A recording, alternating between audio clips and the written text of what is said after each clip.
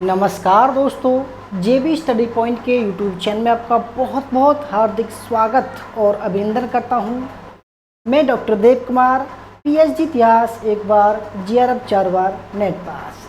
दोस्तों, UGC net history, all state set history assistant professor, PGT TGT history का ये practice set 376 है। अब की बार हमारा NET JRF assistant professor PGT SET pass. तो आइए शुरू करते हैं आज की श्रृंखला को, ठीक है। और क्लास नंबर है दोस्तों 376। आइए शुरू करते हैं अपना सवाल। आप सभी जानते हैं कि हम एक सवाल में 30 सेकंड का समय देते हैं आपको, ठीक है, क्योंकि आपको भी मौका मिलना चाहिए, है ना भाई। देखो, अगर आपको मौका नहीं मिलेगा तो कैसे काम चलेगा, ठीक है। तो पहला सवाल आपके सामने हाजिर है। पहला सवाल, गुप्तकालीन ताम्र मुद्राओं के संबंध में निम्नलिखित कथन को देखकर असत्य कथन का चुनाव कीजिए। देखो, अगर ताम्र मुद्राओं की बात करें तो सबसे ज़्यादा कुषाण काल में चलाई गई, और सबसे ज़्यादा सोने की मुद्राओं की बात करें तो सबसे ज़्यादा गुप्त काल में चलाई गई थी, ठीक है। परंतु शुद्ध सोने की जो मुद्राएं चलाई गई थी वो कुषाण काल में चलाई गई थी, शुद्ध सोने की। और थोड़ी बहुत उसमें जो अशुद्धियाँ मिल गई थी, क्योंकि ऐसा लगता है गुप्त काल आते आते सोने की मात्रा में कमी हो गई थी, ठीक है। तो इसलिए सोने की मुद्रा में थोड़ी मिलावट होनी शुरू हो गई थी, ठीक है। तो गुप्तकालीन ताम्र मुद्राओं के संबंध में निम्नलिखित कथन को देखकर असत्य कथन का चयन कीजिए। कई बार एग्जाम में आ चुके हैं दोस्तों ऐसे सवाल। देखो, बेशक हम कम सवाल लाते हैं, मगर सवालों में एक्सप्लेनेशन और सवालों में सवाल ऐसे भंडार आपके एक ही क्लास में होते हैं कि आप आसानी से net JRF assistant professor PGT TGT set परीक्षा पास कर लोगे, ठीक है।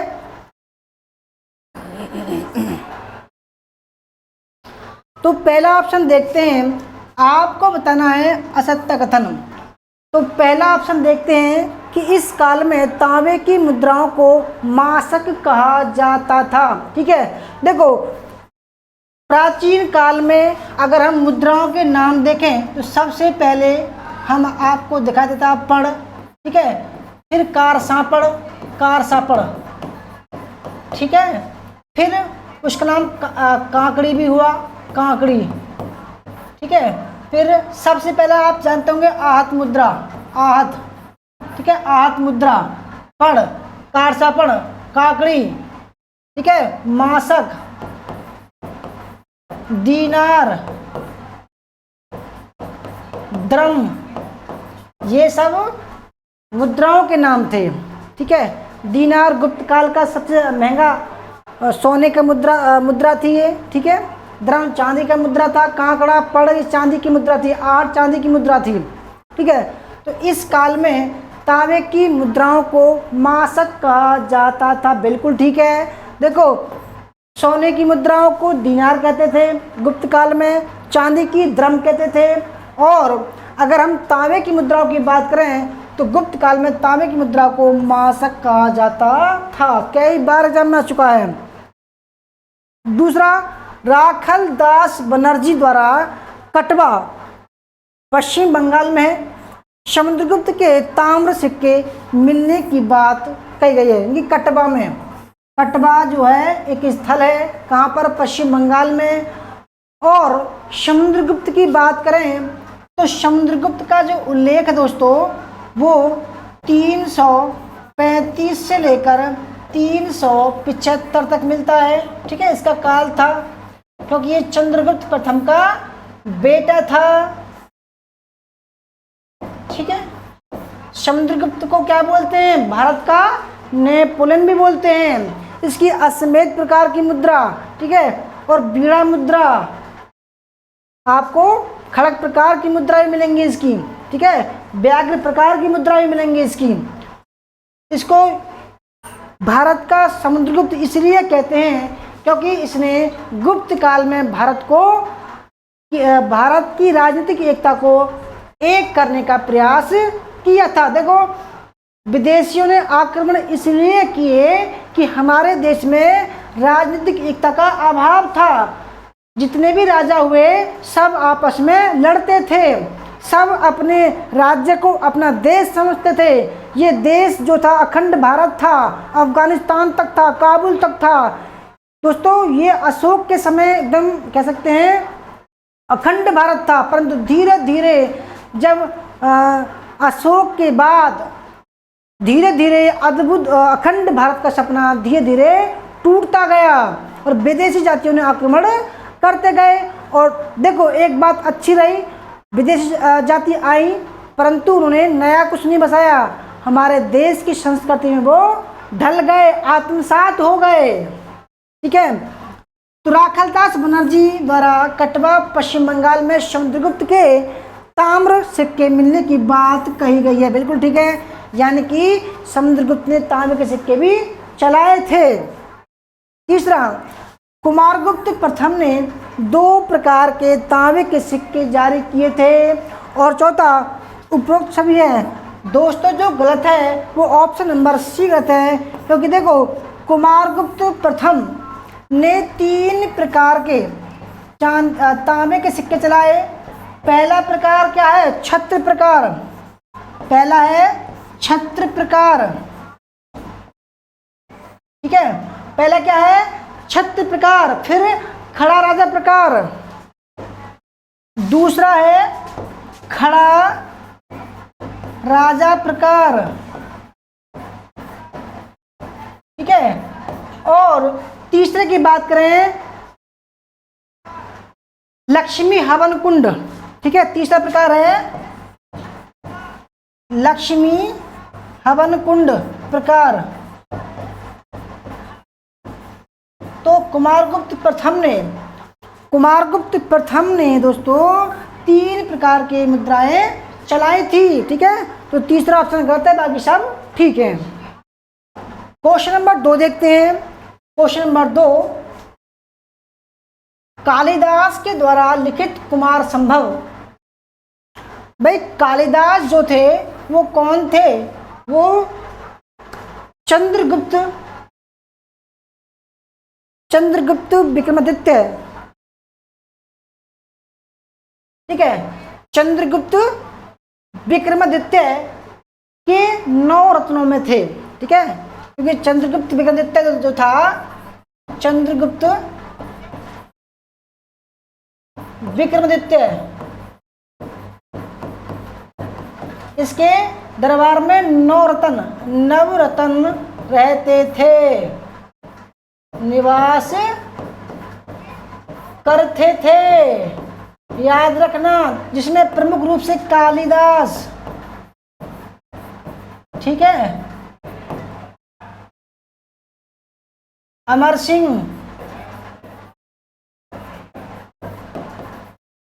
ठीक है, अमर सिंह भी थे,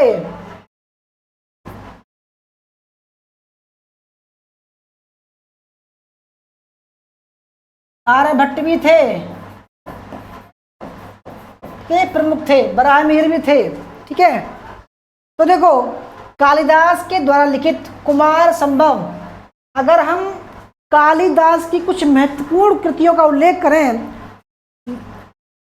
रचनाएं, कालिदास की रचनाएं की बात करें तो देखो बहुत इंपॉर्टेंट है ये। पहली कुमार संभव को लेते हैं हम, कुमार संभव, मेघदूत, अभिज्ञान शाकुंतलम, अभिज्ञान शाकुंतलम, ठीक है, अभिज्ञान शाकुंतलम, ऋतु संहार, ऋतुसंहार। ठीक है, ये कुछ प्रमुख पुस्तकें हैं। कुमार संभव, ऋतुसंहार, ये कुछ प्रमुख पुस्तकें हैं। तो कुमार संभव की बात हो रही है दोस्तों, तो कुमार संभव में असत्य कथन का चयन करना है।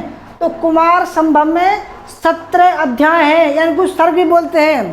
तो देखो इसमें कुल 19 सर्ग हैं। तो देखो मैंने अभी बताया 17 सर्ग हैं, तो कितने सर्ग हैं उसमें? 17 सर्ग हैं, 17 अध्याय हैं। तो पहला ही ऑप्शन आपका गलत हो जाएगा। दूसरा, इसमें और कुछ जान लीजिए, इसमें शिव के पुत्र, भाई शिव जी के जो पुत्र कार्तिकेय स्कंद के जन्म का वर्णन है। ठीक है, ठीक है।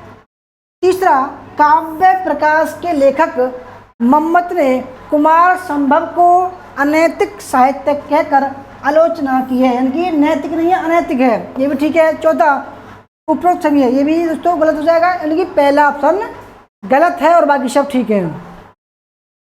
आगे बढ़ते हैं। क्वेश्चन नंबर 3, प्रसिद्ध ज्योतिषाचार्य बराहमिहिर। ठीक है, बराहमिहिर, मैंने आपको बताया जो बराहमिहिर थे वो चंद्रगुप्त विक्रमादित्य के नवरत्नों में शामिल थे। ठीक है, बराहमिहिर के संदर्भ में निम्नलिखित कथन को देखकर असत्य कथन का चयन कीजिए।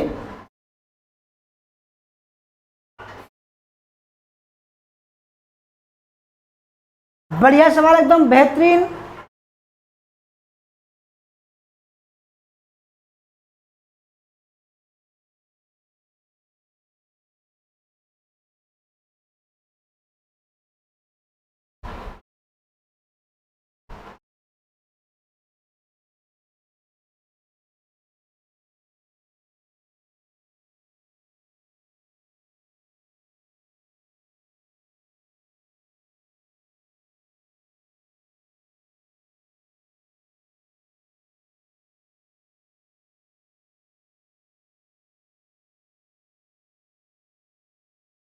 देखो इनकी पुस्तकों को देखें, रचना कौन कौन सी हुई। रचनाएं व्रत जातक, व्रत जातक, व्रत संहिता, व्रत संहिता, और आपको पंच सिद्धांतिका, पंच सिद्धांतिका, ये 3 पुस्तक लिखी। इन्होंने दोस्तों त्रिकोणमति का ज्ञान दिया, त्रिकोणमति। ठीक है, त्रिकोणमति की के बारे में था, ये प्रसिद्ध हैं। ठीक है, अब देखते हैं ऑप्शन को कि बराहमिहिर का जन्म आधुनिक मध्य प्रदेश के उज्जैन जिले के सांवेर नामक गांव में हुआ था। दूसरा, इनके पिता का नाम आदित्य दास और माता का नाम सत्यवती था। बिल्कुल ठीक है। देखो इनके पिता का नाम आदित्यदास था और माता का नाम सत्यवती था। ठीक है। तीसरा, बराहमिहिर के पुत्र पृथ्वीसा फलित थे, जिनके द्वारा ज्योतिष पर षट पंचशिका नामक ग्रंथ की रचना की गई, ये भी ठीक है। चौथा, पिता आदित्यदास की स्मृति में कपिथका गुरुकुल की रचना स्थापना, बिल्कुल ठीक है। दोस्तों ये बिल्कुल इम्पोर्टेंट है, आ सकता है एग्जाम के में आपके में। देखो जो गलत है वो ये है कि बराहमिहिर का जन्म आधुनिक मध्य प्रदेश के उज्जैन जिले में क्षिप्रा नदी के पास सांवेर नहीं कायथा नामक गांव में हुआ था। कहाँ पे दोस्तों? कायथा नामक गांव में हुआ था, कायथा गांव में। ठीक है, तो पहला ही ऑप्शन गलत हो जाएगा। ठीक है, और बाकी सब ठीक है। आगे बढ़ते हैं। क्वेश्चन नंबर 4,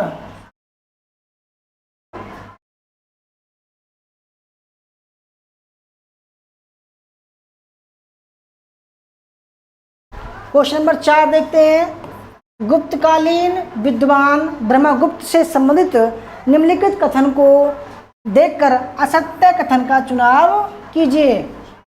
देखो गुप्तकालीन कवियों के बारे में 100% हर एक बार आता है एक सवाल, ठीक है, इसलिए मैं बार बार सवाल लाता हूँ।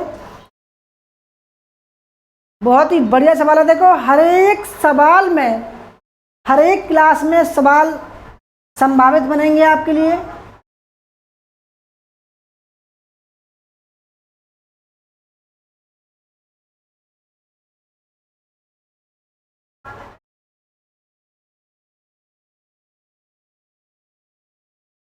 बहुत ही शानदार दोस्तों लेवल है हमारा, आप देख भी सकते हैं।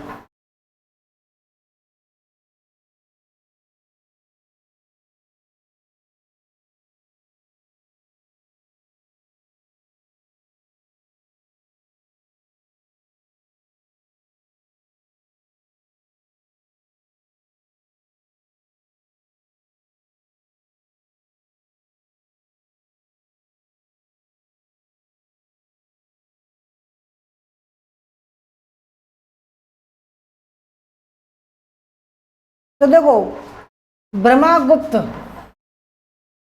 ठीक है, ब्रह्मगुप्त, इनकी पुस्तक का नाम है ब्रह्म सिद्धांत, ठीक है।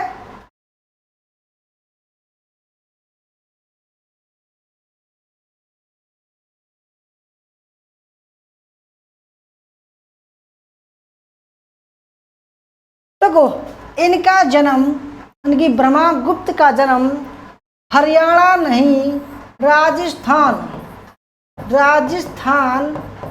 के भीनमाल में हुआ था, ठीक है। कई बार आ चुका है एग्जाम में ये, राजस्थान के भीनमाल में हुआ था। भीनमाल में जन्म लेने के कारण भिल्लाचार्य कहलाए।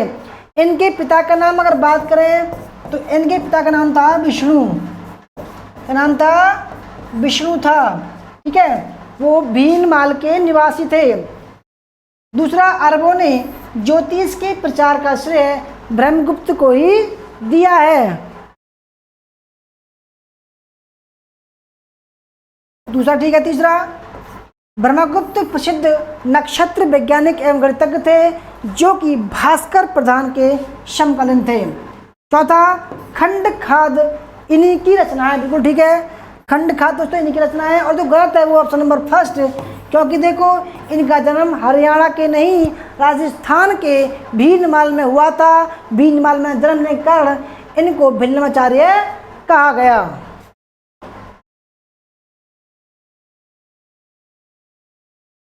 क्वेश्चन नंबर 5, गुप्त युगीन कला और स्थापत्य संबंध में निम्नलिखित कथनों में से कौन सा कथन असत्य है, ठीक है।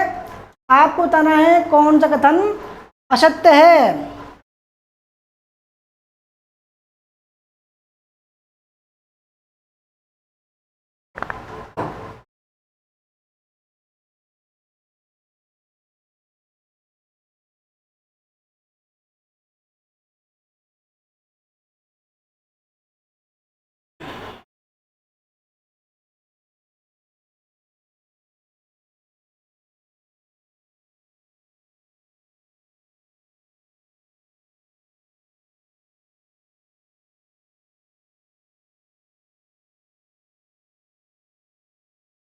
तो दोस्तों, अगर हम मंदिर कलाओं की बात करें तो हमारे भारत में 3 मंदिर शैली हैं। भारत की मंदिर निर्माण शैली 3 प्रकार की हैं।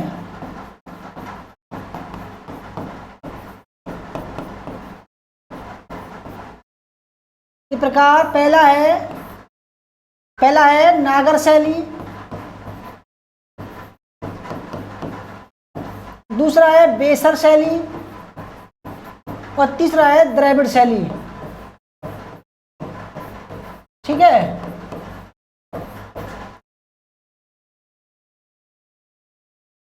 तो देखो, उत्तर भारत और पश्चिम भारत, नागर शैली उत्तर भारत और पश्चिम भारत, बेसर शैली पूर्वी भारत और द्रविड़ शैली दक्षिणी भारत, ठीक है। अब गुप्तकालीन मंदिर, सबसे पहले देखो ये जानना बहुत आवश्यक है जो गुप्त कालों के गढ़ थे, गुप्त के जो गढ़ थे वो उत्तरी भारत में थे। ठीक है, तो उत्तर भारत में कौन सी हुई? नागर शैली हुई। तो नागर शैली गुप्तकालीन मंदिर जो है नागर शैली के हैं, बिल्कुल ठीक है। दूसरा, गुप्त काल में मंदिरों की सर्वाधिक संख्या मध्य प्रदेश में देखने को मिलती, बिल्कुल ठीक है। ठीक है। तीसरा, गुप्तों के समय काल के 3 केंद्र मथुरा, पाटलिपुत्र एवं सारनाथ, बिल्कुल ठीक है, जिसमें से प्रमुख पाटलिपुत्र था। दोस्तों ये ऑप्शन गलत है, पाटलिपुत्र नहीं, सारनाथ प्रमुख था, सारनाथ प्रमुख था। तो तीसरा ऑप्शन गलत हो जाएगा। चौथा, डॉक्टर आर.डी. बनर्जी ने गुप्त युगीन काल को पुनर्जागरण काल का, ये आ चुका है एग्जाम में, वेरी वेरी मोस्ट इंपोर्टेंट है। तो भाई जो गलत है वो ऑप्शन नंबर सी गलत है। क्वेश्चन नंबर 6 देखते हैं। गुप्तकालीन अजंता एवं बाघ की गुफाओं से संबंधित निम्नलिखित कथनों में कौन सा असत्य है?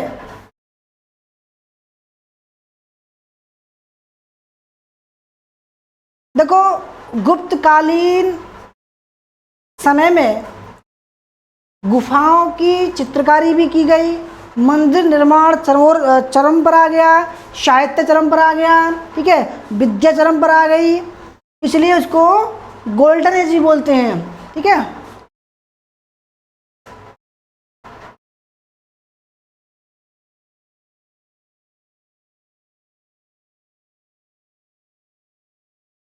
तो अजंता की गुफाओं में दोस्तों जो 16वीं गुफा है, 16वीं गुफा,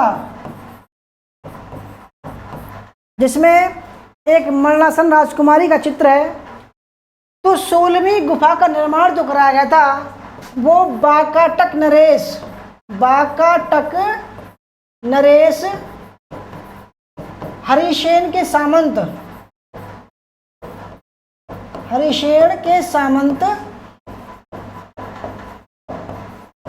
बराहदेव ने कराया था। ठीक है,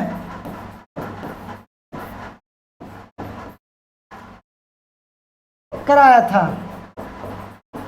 जबकि सवाल कह रहा है ये 7वीं गुफा का, तो इसलिए पहला ही ऑप्शन गलत हो जाएगा। दूसरा, अजंता गुफा संख्या 16, 17, 19 गुप्तकालीन है, जबकि 33, 34, 29, 30, 31, 32 कौन सी है? जैनियों की है। ठीक है, और 15 तक बौद्धों की है, बौद्ध काल की है। ठीक है, बौद्ध मंदिर है। 17वीं गुफा को राशि चक्र गुफा कहा जाता है, बिल्कुल ठीक है। चौथा, बाघ गुफा की दूसरी गुफा को पांडव गुफा, तीसरी को हाथी खाना तथा चौथी गुफा को रंग महल गुफा भी कहा जाता है। वेरी वेरी मोस्ट इम्पोर्टेंट है। ठीक है, देखो दोबारा देख लीजिए, बाघ की गुफा, दूसरी गुफा को पांडव गुफा, तीसरी गुफा को हाथी खाना और चौथी गुफा को रंग महल गुफा भी कहते हैं। तो भाई इसमें जो गलत है वो ऑप्शन नंबर फर्स्ट, बाकी सब ठीक है। क्वेश्चन नंबर 7 देखते हैं। गुप्तकालीन मूर्ति कला से संबंधित निम्नलिखित कथन को देखकर असत्य कथन का चुनाव कीजिए।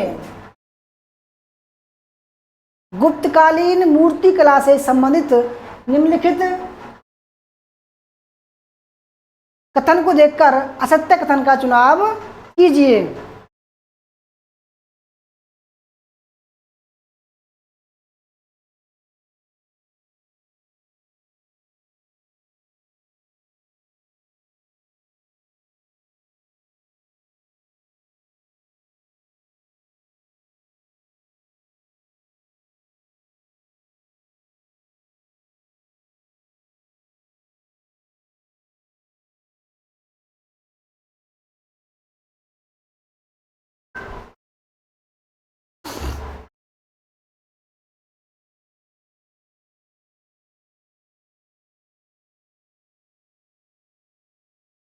तो पहला ऑप्शन देखते हैं, इस काल की सबसे प्रसिद्ध मूर्ति सारनाथ की, क्योंकि देखो जो गुप्त काल का प्रमुख क्षेत्र था वो सारनाथ था, तो उन्होंने सारनाथ के भगवान बुद्ध की मूर्ति पद्मासन और धर्मचक्र मुद्रा में है, बिल्कुल ठीक है।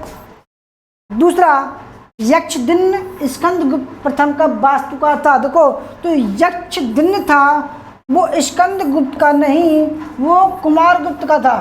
कुमारगुप्त प्रथम का वास्तुकार था।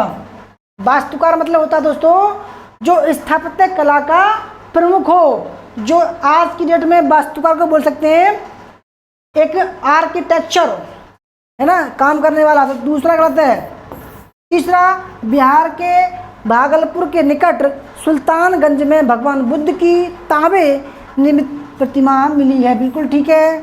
चौथा, सुल्तानगंज की प्रतिमा चंद्रगुप्त के समय की है, बिल्कुल ठीक है। तो भाई ये इसका जो सही गलत आंसर है वो ऑप्शन नंबर बी। आगे बढ़ते हैं, क्वेश्चन नंबर 8। संगम युगीन व्यापारी वर्ग को देखिए और बताइए निम्नलिखित में से कौन सा असुमेलित है। संगम युगीन व्यापारी वर्ग, ठीक है, जो मणिग्रामम में रहते थे, ठीक है, उनके लिए कुछ शब्दों का चयन किया गया है संगम काल में। देखो, दक्षिण भारत का इतिहास जो लिखी है वो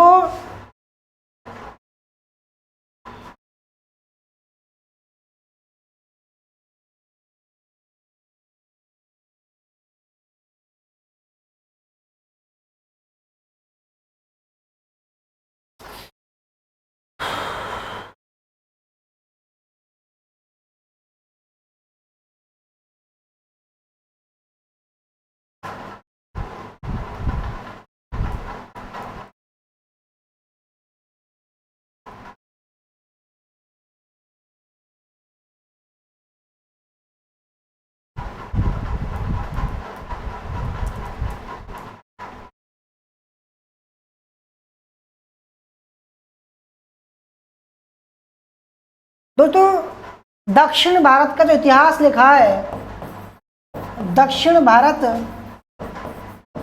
का इतिहास जो प्रमाणिक है आज हम पढ़ते हैं, उनका नाम है नीलकंठ शास्त्री।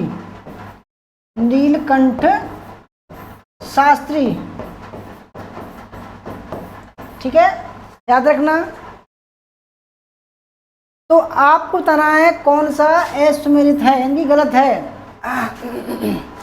तो पहला, अरुबई बनिकम, भोग विलासिता की वस्तु का व्यापार करने वाले। दूसरा, उप्पू बनिकम, नमक व्यापारी। तीसरा, पोन बनिकम, स्वर्ण व्यापारी। और चौथा, कोलू बनिकम, लोहा बेचने वाला व्यापारी। देखो, इसमें जो गलत है वो है ऑप्शन नंबर फर्स्ट, क्योंकि अरुबाई बनिकम ये वस्त्र बेचने वाला व्यापारी था, बेचने वाला व्यापारी था, ठीक है। और उप्पू बनिकम नमक व्यापारी था, पोन बनिकम स्वर्ण व्यापारी था, और कोलू बनिकम लोहा बेचने वाला व्यापारी था। तो भाई कौन सा गलत है? ऑप्शन नंबर फर्स्ट गलत है। आगे बढ़ते हैं,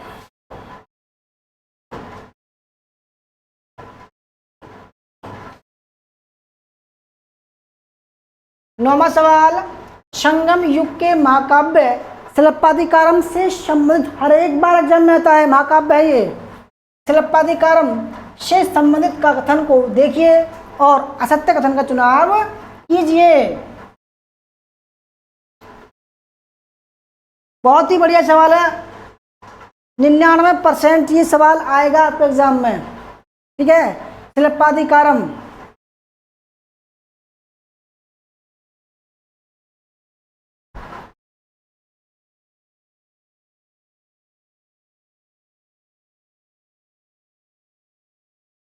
देखो दोस्तों,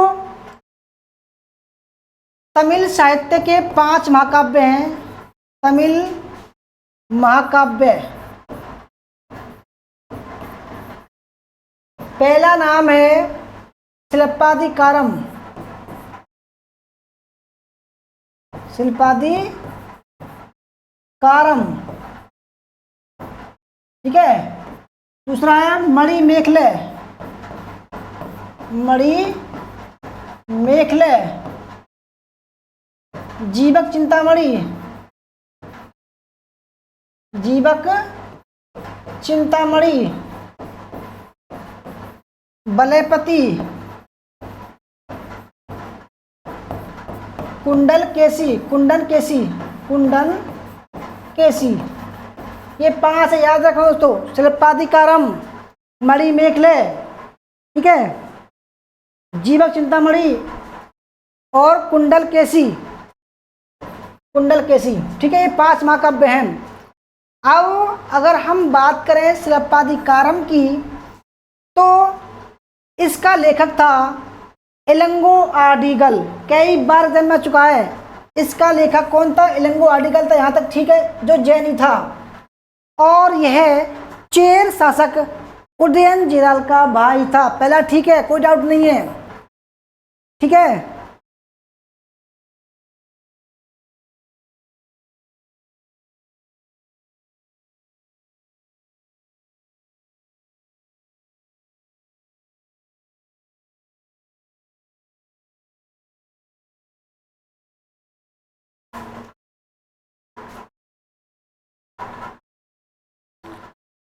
दोस्तों पहला देखो, इसका लेखक कौन है? इलंगो आडिगल है। तो चेर शासक उदयनजीलाल का भाई नहीं, सेनगुट्टबन का भाई है, सेनगुट्टबन का भाई था। तो पहला ही गलत हो जाएगा। दूसरा, इसका जो प्रमुख पात्र हैं, जो नायक हैं, वो कोवलन, कन्नगी और माधवी इस महाकाव्य के पात्र, बिल्कुल ठीक है। तीसरा, कोवलन को पांड्य शासक नेडुंजेनियन को की तरफ फांसी दे दी जाती है।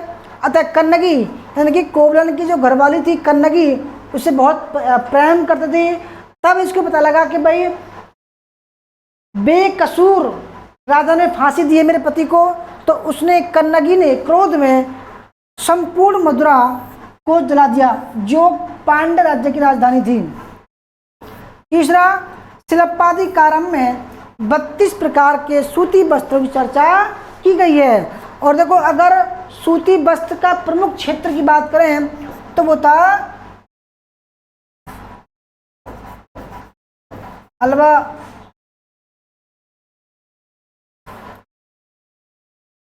मदुरा भी था, ठीक है। ऑप्शन नंबर, इसका पहला ही ऑप्शन गलत है। आगे बढ़ते हैं, क्वेश्चन नंबर 10। कालाशोक के संबंध में सही कथन का चयन कीजिए।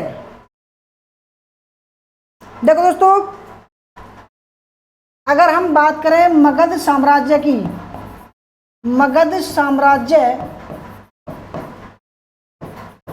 तो पहला वंश कौन सा था उसका? पहला वंश था हर्यक वंश, हर्यक वंश। यह 544 से 440,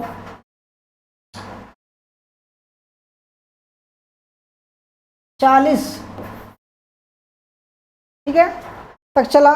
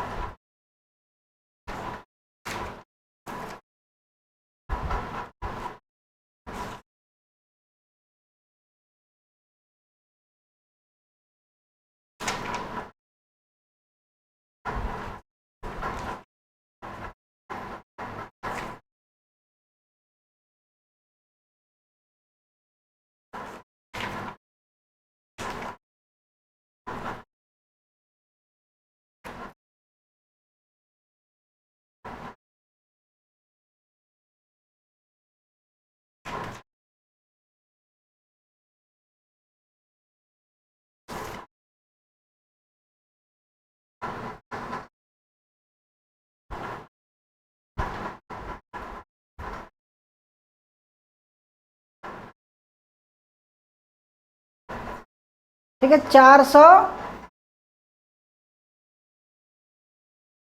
412 तक चला, ठीक है, ईसा पूर्व। और दूसरा वंश था शिशुनाग वंश,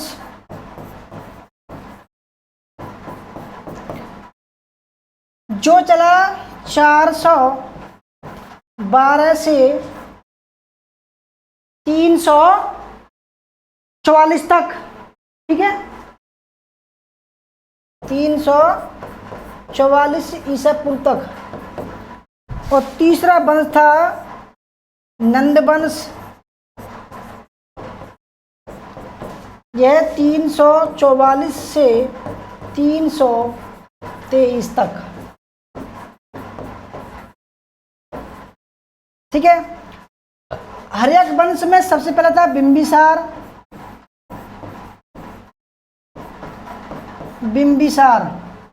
दूसरा अजातशत्रु,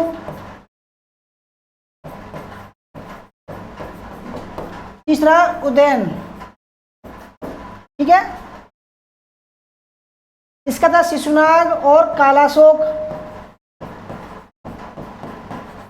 तो कालाशोक